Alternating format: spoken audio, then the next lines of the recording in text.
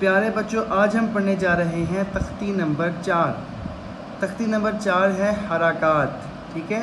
ان کو عربی میں حرکات ثلاثہ بھی کہا جاتا ہے، اور حرکات ثلاثہ کتنی ہوتی ہیں؟ 3، کیونکہ ثلاثہ کا مطلب بھی 3 ہوتا ہے عربی میں، ٹھیک ہے۔ ثلاثہ عربی میں کہتے ہیں اور اسے ہم کاؤنٹنگ میں 3 کہتے ہیں ثلاثہ کو۔ تو ہم جو ہے ان کی آج پہچان پڑھیں گے کہ حرکات ثلاثہ ہوتی کیا ہیں، ان کو پڑھتے کیسے ہیں اور ان کی پہچان کیسے کی جاتی ہے۔ ان سب چیزوں کو آج کے سبق میں ہم ڈسکس کریں گے۔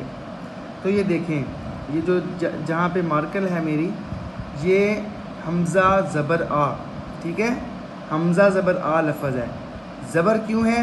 کیونکہ زبر کسی بھی لفظ کے اوپر ہوتی ہے، زیر کسی بھی لفظ کے نیچے ہوتی ہے، اور پیش بھی لفظ کے اوپر ہوتی ہے، لیکن یہ گول شیپ میں ہوتی ہے، ٹھیک ہے۔ تو اس کو ہم پڑھیں گے کیسے؟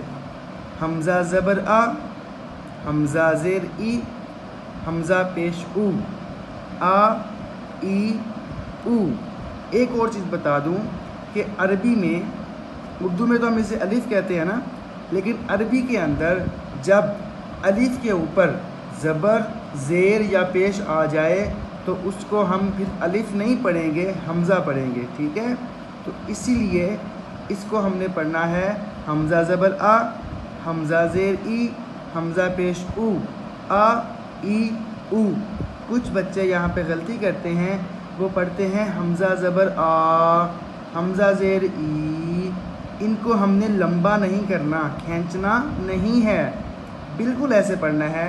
میرے ساتھ رپیٹ کریں، حمزہ زبر آ، حمزہ زیر ای، حمزہ پیش او، آ ای او۔